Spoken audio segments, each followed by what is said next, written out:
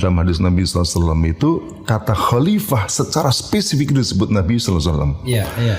Nabi dalam hadisnya mengatakan, disebutkan kanat banu Israila tasusuhumul anbiya kullama halaka nabiyyun khalafahu nabiyyun wa innahu la nabiyya ba'di wa satakunu khulafa'u fataksur.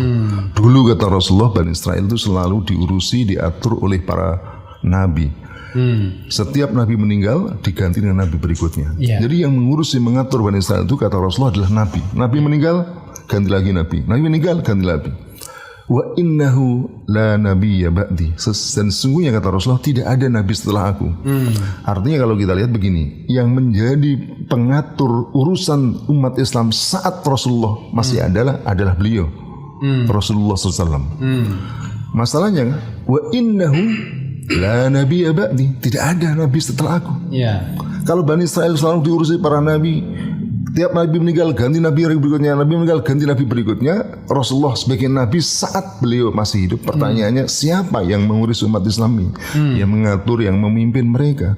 Rasulullah menyebut wasatakunu khulafa'u, fasatakunu khulafa, akan ada para khalifah. Jadi khulafa itu adalah bentuk jamak dari kata khalifah. Khalifah bentuk jamaknya khalifah. Nah, Nabi secara spesifik menyebut satakunu khulafa, akan ada para khalifah. Beliau tidak mengatakan satakunu muluk, akan ada para raja, atau satakunu hukam, atau satakunu dengan kalimat yang umum. Tapi secara spesifik beliau menyebut satakunu khulafa. Tidak disebut kaisar, tidak disebut raja dan yang lain, tapi khalifah.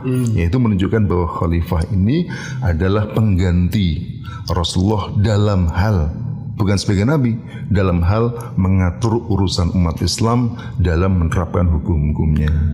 Khilafah mengajarkan cara memilih pemimpin pastinya kan? Iya. Gitu, gimana? Ya. Jadi begini, yang pertama sejarah khilafah ajaran Islam. Sebagai ajaran kemudian dia diimplementasikan atau dipraktekkan. Yang mempraktekkan tetaplah manusia. Karena itu kita tidak mengatakan bahwa sejarah khilafah sekian abad lamanya itu dia bersih dari persoalan. Itu. Jadi manusia itu dimanapun tidak masuk kecuali nabi dan rasul.